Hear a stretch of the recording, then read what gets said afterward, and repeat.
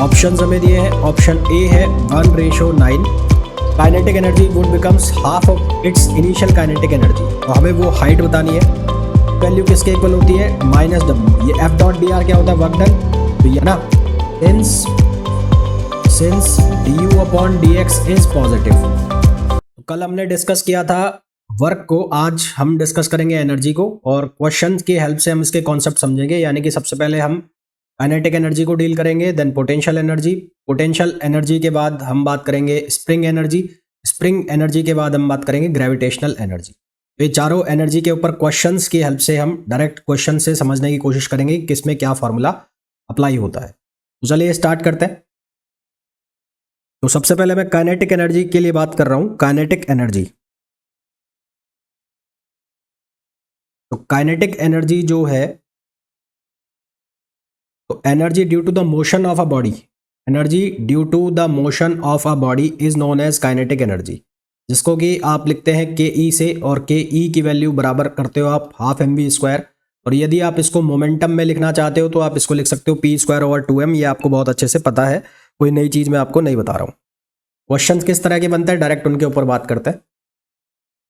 तो क्वेश्चन की अगर हम बात करें तो क्वेश्चन में दिया गया है if the momentum if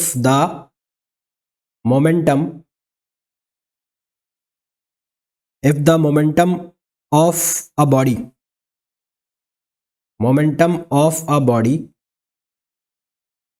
is increased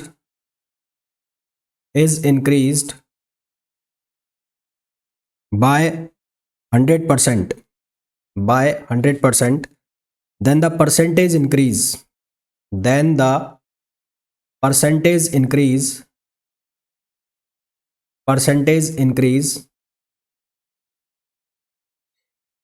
in the kinetic energy is, kinetic energy में जो परसेंटेज इंक्रीज होगा वो हमें बताना है। ऑप्शंस हमें दिए हैं, ऑप्शन फर्स्ट है 150%, ऑप्शन बी हमें दिया है 200%, ऑप्शन सी हमें दिया है 225% यानी कि 225%, और ऑप्शन डी हमें दिया है 300%, 300%। देखो मोमेंटम को 100% चेंज कर दिया है।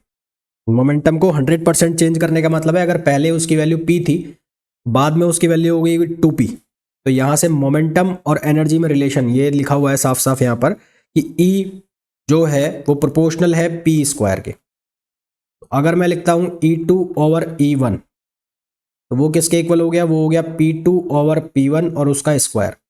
100% चेंज का मतलब है कि P2 जो है वो ट्वाइस हो गया, ट्वाइस दो गुना हो गया 2P1, यानी कि अगर पहले मोमेंटम था P तो बाद में वो हो गया है 2P और इसका हो गया स्क्वायर। तो यहाँ से सॉल्व करोगे तो वैल्यू आ गई 4। तो यहाँ से E2 की वैल्यू आ गई है 4E1, E2 की वैल्यू आ गई है 4E1।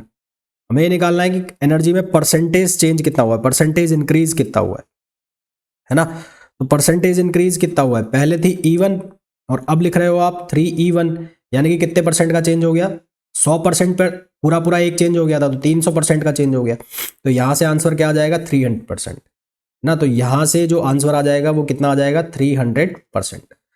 इस क्वेश्चन का जो आंसर हो जाएगा वो हो जाएगा ऑप्शन डी। क्लियर है। Number second, question number second में बोला है two masses of 1 gram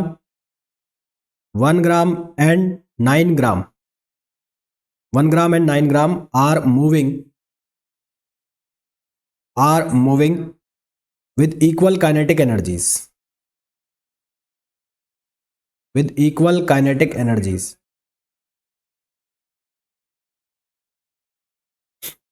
the ratio of the magnitude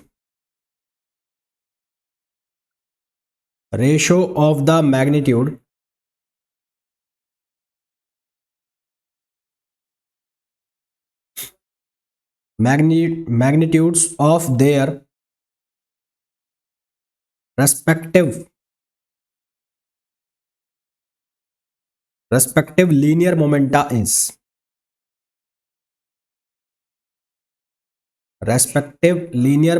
is, options हमें दिए हैं। ऑप्शन ए है 1:9, ऑप्शन बी हमें दिया है 9:1, ऑप्शन सी हमें दिया है 1:3 और ऑप्शन डी हमें दिया है 3:1. Question says that the two masses of 1 gram and 9 gram are moving with the equal kinetic energy. ना kinetic energy दोनों की equal है, तो P जो है हमारे पास kinetic energy है, kinetic energy उसका फॉर्मूला है K E equals to P square over 2m. तो यहां से लिखा जा सकता है कि P इक्वल्स टू √2me. अब दोनों की एनर्जी सेम है, रेशो निकालना है, तो P2 ओवर P1, ई तो कैंसिल आउट हो जाएगा, यानी कि ये हो जाएगा M2 ओवर M1, और M2 की वैल्यू कितनी है 9 और M1 की वैल्यू है 1, तो आंसर आ जाएगा 3:1, ऑप्शन डी. तो इसका करेक्ट आंसर आ जाएगा 3:1. क्वेश्चन नंबर 3 में हमें बोला गया है अ 300 ग्राम मास, a 300 gram mass has a velocity of 3i cap plus 4j cap meter per second at a certain instant.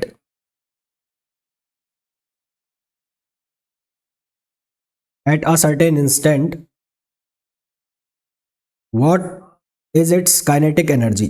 What is its kinetic energy? Was it its kinetic energy? Option A. Option A है 1.35 joule, option B है 2.4 joule, option C है 3.75 joule और option D है 7.35 joule.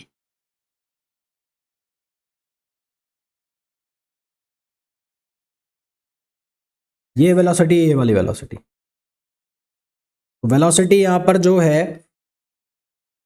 वो हमें ऐसे दी है, velocity को वेक्टर के फॉर्म में दिया है, और वेलोसिटी हो गई 3i प्लस 4j. तो इसका मैग्नीट्यूड निकाल लो, तो मैग्नीट्यूड आएगा 9 प्लस 16, यानी कि ये हो गया 25, और 25 सॉल्व होकर आ गया 5, 25 सॉल्व होकर आ गया 5. तो आपको निकालनी है इसकी के ई, काइनेटिक एनर्जी. तो काइनेटिक एनर्जी हो जाएगी हाफ mv². मास दिया हुआ है 300 ग्राम, इसको कन्वर्ट करो ग्राम में, तो ये हो जाएगा 0.3, तो 1/2 0.3 v², यानी कि 25. तो ये कितना हो जाएगा 3.75. आंसर आ जाएगा 3.75 जूल. आंसर आ जाएगा 3.75 joule, option C.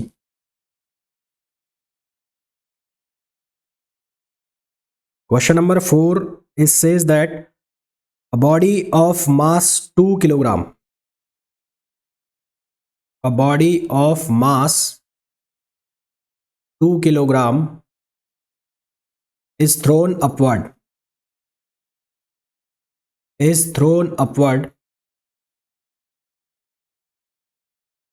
with an energy 490 joule, with an energy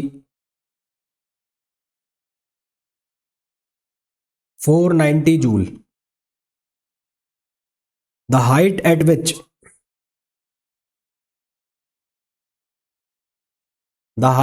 which its kinetic energy would become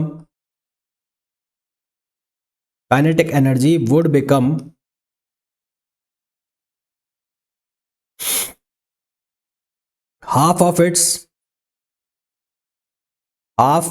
its initial kinetic energy.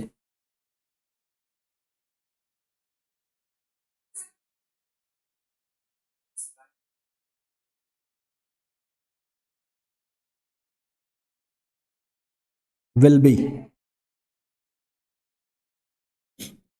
Option A है 35 मीटर, ऑप्शन बी है 25 मीटर, ऑप्शन सी है 12.5 metre और option D है 10 metre.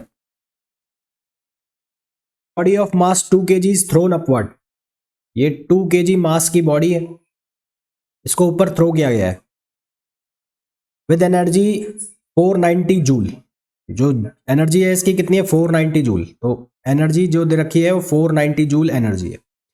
Height eight which it kinetic energy would becomes half of its initial kinetic energy. तो हमें वो height बतानी है जहां पर इसकी kinetic energy initial kinetic energy की हाफ हो जाए। तो इसकी जो इनिशियल काइनेटिक एनर्जी होगी वो कितनी होगी? 490।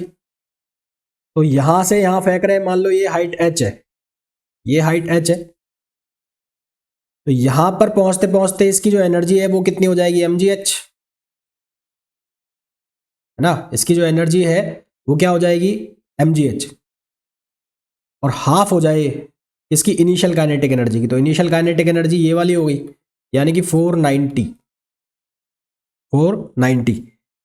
इसको जब सॉल्व करोगे तो m की वैल्यू दे रखी 2, g की वैल्यू ले 10, h निकालना है, और ये 4 2 और 2 4 8 और 2 5 10, h निकालना है आपको। तो h की वैल्यू हो जाएगी 245/20। तो 245/20 करोगे तो ये बन जाएगा लगभग 12.5 मीटर। तो ऑप्शन आ जाएगा सी। क्लियर है? चलो, तो ये तो बात हो गई किसकी? ये बात हो गई काइनेटिक एनर्जी की। अब हम बात करेंगे पोटेंशियल एनर्जी की। पोटेंशियल एनर्जी,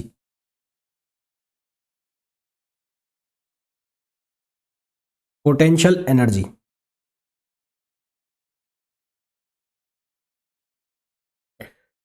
तो पोटेंशियल एनर्जी जो है वो यहां पर तीन तरह से हम पढ़ेंगे। एक पढ़ेंगे इलास्टिक पोटेंशियल एनर्जी, एक पढ़ेंगे हम इलेक्ट्रिक पोटेंशियल एनर्जी, और एक हम पढ़ेंगे ग्रेविटेशनल पोटेंशियल एनर्जी। सबसे पहले हम बात करेंगे change in potential energy. Change in potential energy, change in potential energy.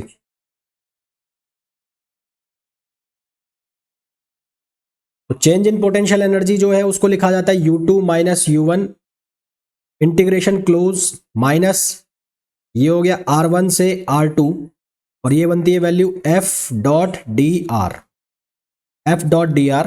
और ये वैल्यू किसके इक्वल होती है? -W। ये F.dr क्या होता है? Work done. तो यहां से हम लिख सकते हैं change in potential energy work done के ऑपोजिट होता है। वर्क डन जो है उसके माइनस के इक्विवेलेंट होता है, माइनस के इक्विवेलेंट होता है। जैसे यदि मैं इसको 3 डायमेंशन में डिफाइन करूं, 3 dimensional formula for 3 dimensional formula 3 dimensional formula for potential energy, for potential energy. 3 dimensional formula for potential energy, ये आप सभी लोगों ने पढ़ा हुआ है। F equals to minus gradient of U, ये वाला फॉर्मूला पढ़ा है तुम लोगों ने। माइनस du/dx, ये हो जाएगा i cap, plus du/dy j cap, और du/dz k कैप। ये किसको शो कर रहा है? पोटेंशियल एनर्जी और फोर्स के बीच के रिलेशन को शो कर रहा है। यहां पर du/dx का मतलब क्या है? du/dx का मतलब है partial derivative of x, y और z को कांस्टेंट रखा हुआ है। इसमें एक बहुत इंपॉर्टेंट चीज आती है जिसको कहते हैं potential energy curve. Potential energy curve,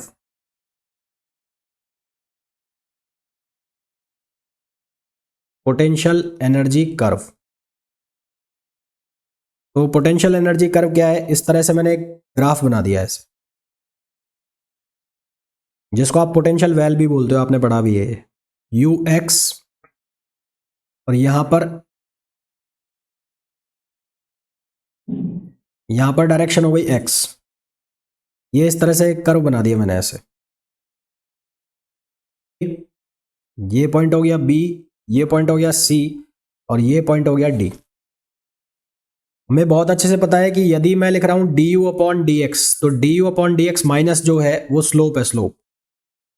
अगर मैं ऐसे लिख रहा हूं F equals to minus D U upon D X, D U upon D X is nothing but it is slope, और आप इसको बोल सकते हो ग्रेडियंट, नेगेटिव ग्रेडियंट, है ना। तो ये क्या है, स्लोप है, स्लोप, स्लोप और नेगेटिव ग्रेडियंट,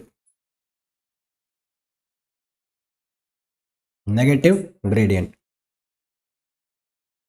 तो अब यहां पर हमें ये पूछा जाता है कि किस फोर्स का क्या नेचर रहेगा, नेचर ऑफ फोर्स अलग अलग पॉइंट पर क्या होगा वो हमें बताना है ना, अलग अलग पॉइंट के ऊपर नेचर ऑफ फोर्स क्या होगा वो हमें बताना है। अब नेचर ऑफ फोर्स क्या होगा अलग अलग पॉइंट पर वो हमें बताना है। तो nature of force,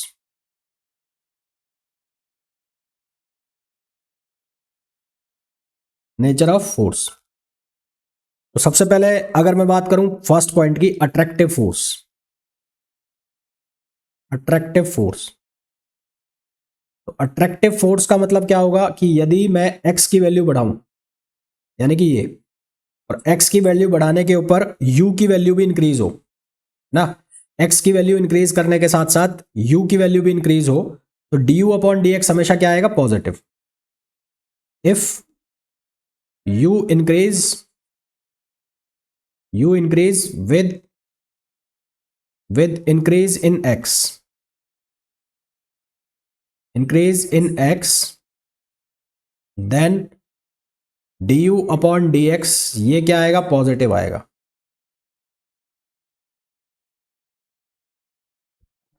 du upon dx क्या आएगा, पॉजिटिव। अब हमारे पास रिलेशन लिखा हुआ है ये वाला, ये वाला f is equals to minus D U upon D X. तो अगर D U upon D X आ गया पॉजिटिव, f की वैल्यू आएगी नेगेटिव, है ना। Since D U upon D X is positive, तो यहां पर क्या चेंज आएगा, यहां माइनस और यहां पर होगा पॉजिटिव, तो फाइनल आंसर क्या आएगा, माइनस। माइनस का मतलब है कि जो फोर्स है, फोर्स वो नेगेटिव डायरेक्शन में होगा। नेगेटिव डायरेक्शन में होने का मतलब है कि वो नेचर में होगा अट्रैक्टिव, वो नेचर में होगा अट्रैक्टिव, है ना। तो force is in negative direction, force is in negative direction, negative direction means it is attractive, means it is attractive। और अट्रैक्टिव जो शो किया गया है वो कौन से रीजन में शो किया गया है, वो शो किया गया है बीसी रीजन में। तो जो डायग्राम का बीसी रीजन है, बीसी रीजन, बीसी रीजन, उसमें जो फोर्स है वो कैसा है, वो फोर्स है attractive. BC region force is attractive. ऐसा मैं क्यों बोल रहा हूं, क्योंकि इस रीजन में आप देखोगे तो x बढ़ाने पर जो u है उसकी वैल्यू भी बढ़ रही है, x बढ़ाने पर u की वैल्यू बढ़ रही है, तो D U upon D x यहां पर क्या हो गया, पॉजिटिव, तो फोर्स आ जाएगा यहां पर नेगेटिव। यहां तक क्लियर है। नेगेटिव का मतलब इसकी डायरेक्शन ऐसे हो जाएगी, ऐसे, नेगेटिव का मतलब है इसकी डायरेक्शन ऐसे हो जाएगी। यहां तक क्लियर है। ये तो था अट्रैक्टिव फोर्स। सेकेंड बात करते हैं repulsive force. Second one is repulsive.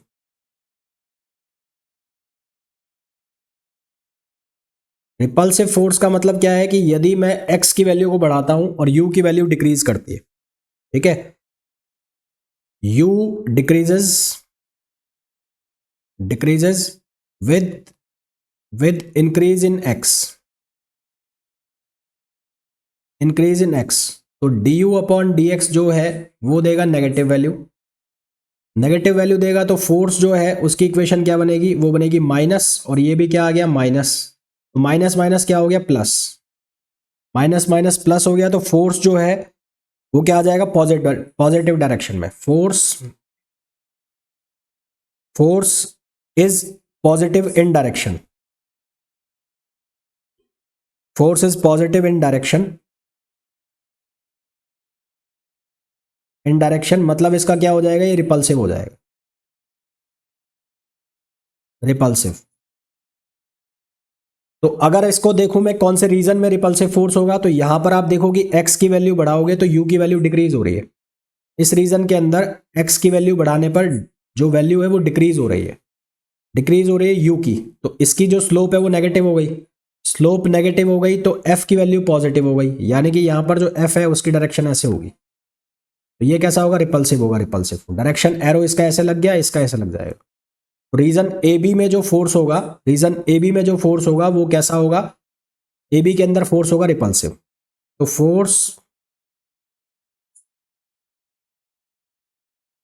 Force in region A B,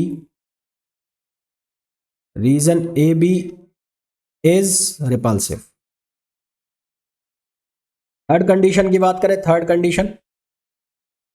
condition आती है हमारी जिसमें कि जो जीरो फोर्स लग जाए, zero force, zero force. Zero force का मतलब है कि इंक्रीज करने पर जो पोटेंशियल एनर्जी है उसमें कोई चेंज नहीं आए।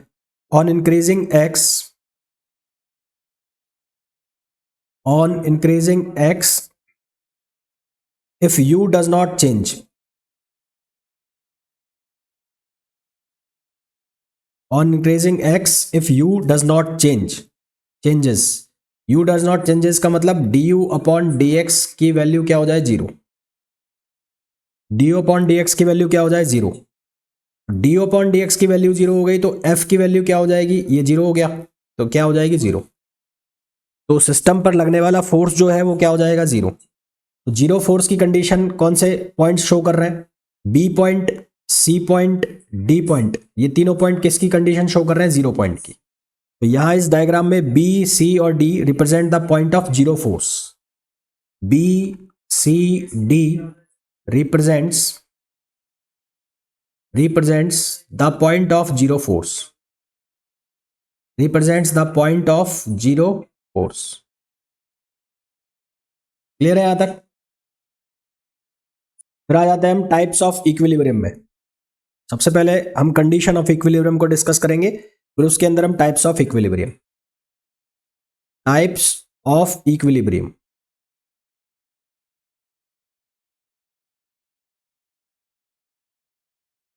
टाइप्स ऑफ इक्विलिब्रियम का मतलब क्या है कि यदि किसी पार्टिकल पर लग रहा नेट फोर्स जीरो हो जाए, किसी पार्टिकल पर लग रहा नेट फोर्स यदि जीरो जा रहा है तो उसको हम कहते हैं the particle is in under equilibrium.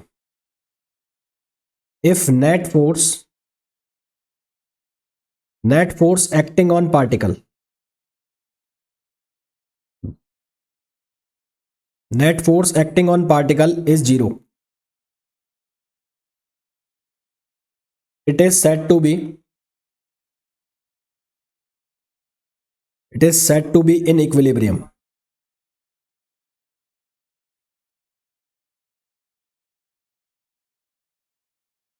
तो इक्विलिब्रियम की कंडीशन के लिए पहली कंडीशन क्या हो गई कि du upon dx is zero, है ना। तो फॉर इक्विलिब्रियम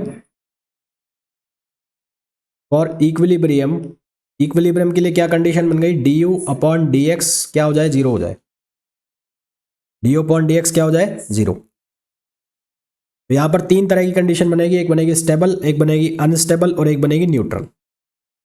तीन तरह की कंडीशन हम बनाएंगे यहां पर, एक बनाएंगे स्टेबल इक्विलिब्रियम, एक बनाएंगे हम अनस्टेबल इक्विलिब्रियम और एक बनाएंगे हम न्यूट्रल इक्विलिब्रियम। तो तीन इक्विलिब्रियम की कंडीशन है, स्टेबल, अनस्टेबल, न्यूट्रल। अगर मैं एक इस तरह का बाउल बनाता हूं, ये इस तरह का मैंने बाउल बनाया एक, और इसके अंदर मैंने कोई बॉल प्लेस कर दी, तो अगर मैं इस बॉल को इधर पुश करूंगा या इधर पुश करूंगा तो दोनों ही केसेस में वापस किधर आ जाएगी, इधर ही आ जाएगी। ये वापस किधर आ जाएगी, इधर ही आ जाएगी। इस केस में मैं इसको इसकी मीन पोजीशन से किधर भी डिस्प्लेस करने की कोशिश करूं, इस पर एक फोर्स लगेगा जो इसको वापस अपनी जो मेन पोजीशन है उस पर लेके आ जाएगा।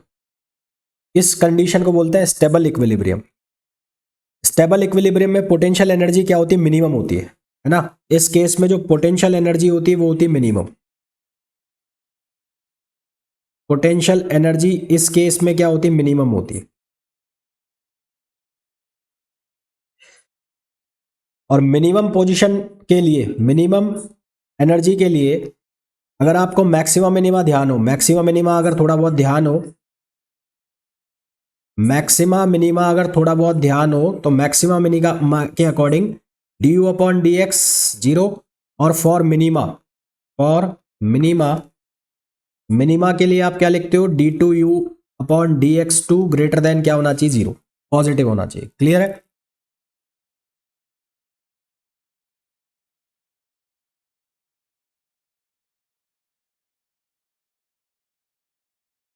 इसी तरह से मैं अनस्टेबल के लिए बनाता हूं, तो अनस्टेबल के लिए बाउल ऐसे रख दिया मैंने, इस तरह से रख दिया। अब जो बॉल है इसके ऊपर यहां रखिए ऐसे। अगर मैंने इसको इधर पुश कर दिया तो ये हमेशा के लिए इधर चली जाएगी, और इसको इधर पुश कर दिया तो हमेशा के लिए इधर चली जाएगी, मतलब अपनी मीन पोजीशन पे कभी भी नहीं रुकेगी। इस कंडीशन को बोलते हैं हम अनस्टेबल इक्विलिब्रियम। अनस्टेबल इक्विलिब्रियम में जो पोटेंशियल एनर्जी है वो होती है मैक्सिमम, पीई इज मैक्सिमम। इस केस में जो पोटेंशियल एनर्जी है वो होती है मैक्सिमम। यहां पर मिनिमा मैक्सिमा की कंडीशन लगाओगे तो D U upon D X equals to zero, और यहां पर for maxima D two U upon D X two less than क्या होगा, जीरो। थर्ड कंडीशन है न्यूट्रल कंडीशन। न्यूट्रल की जो कंडीशन है उसमें एक प्लेन के ऊपर ऐसे पार्टिकल रख दिया, इसको थोड़ा सा ऊपर लिख लेता हूं मैं, न्यूट्रल वाले को यहां लिख लेता हूं न्यूट्रल। तो इसमें क्या करा मैंने, पार्टिकल जो है इसको ऐसे रख दिया यहां ऐसे, ठीक है। तो ये कौन सी कंडीशन हो गई, न्यूट्रल। इस न्यूट्रल कंडीशन में जो पोटेंशियल एनर्जी है वो कांस्टेंट रहेगी, potential energy is constant.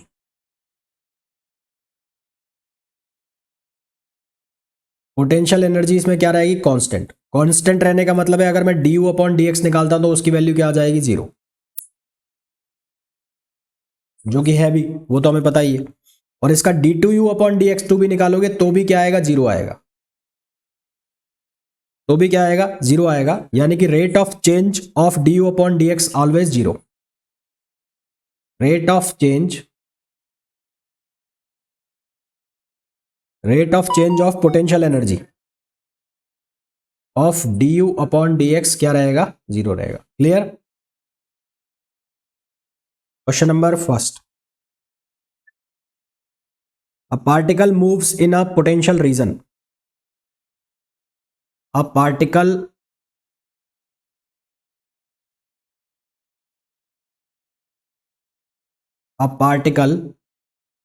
Moves in a potential region.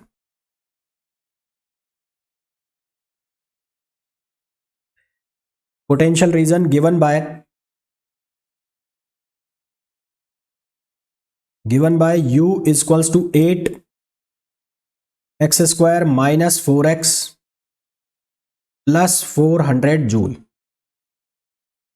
Its state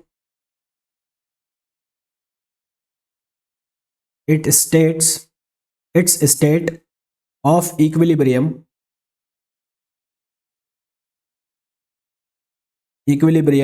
will be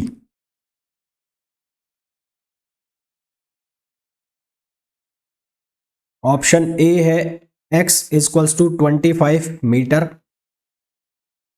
option B है x equals to 0.25 metre, option C है x इक्वल्स टू 0.025 मीटर, और option D है x equals to 2.5 metre.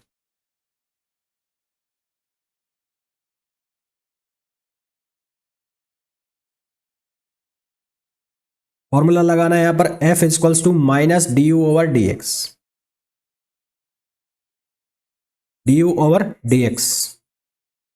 Equilibrium की condition में D U over D X कितना हो जाता है, zero.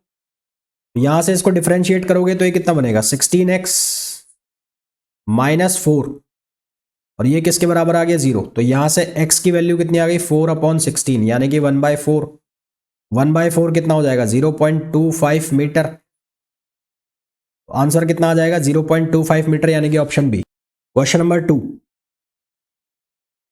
Question number 2 says that the potential energy of a body, the potential energy of a body is given by, potential energy of a body is given by a minus bx square. The magnitude of force, the magnitude of force acting on the particle is,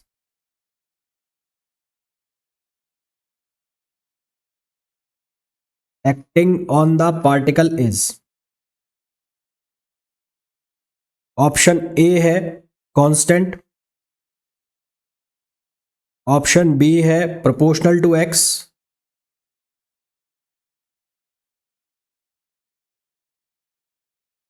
option C है proportional to X square, proportional to X square, X square नहीं है, proportional to X square, proportional to X square, और option D है inversely proportional to X, F inversely proportional to X. बताओ क्या option आएगा? Minus D over D X होता है, D over D x कर दो इसका, तो इसका डी ओवर डी एक्स करोगे तो कितना बचेगा? 2bx माइनस का, तो ये बचेगा माइनस माइनस प्लस हो जाएगा 2bx, तो यहां से f प्रोपोर्शनल आ जाएगा किसके? x के।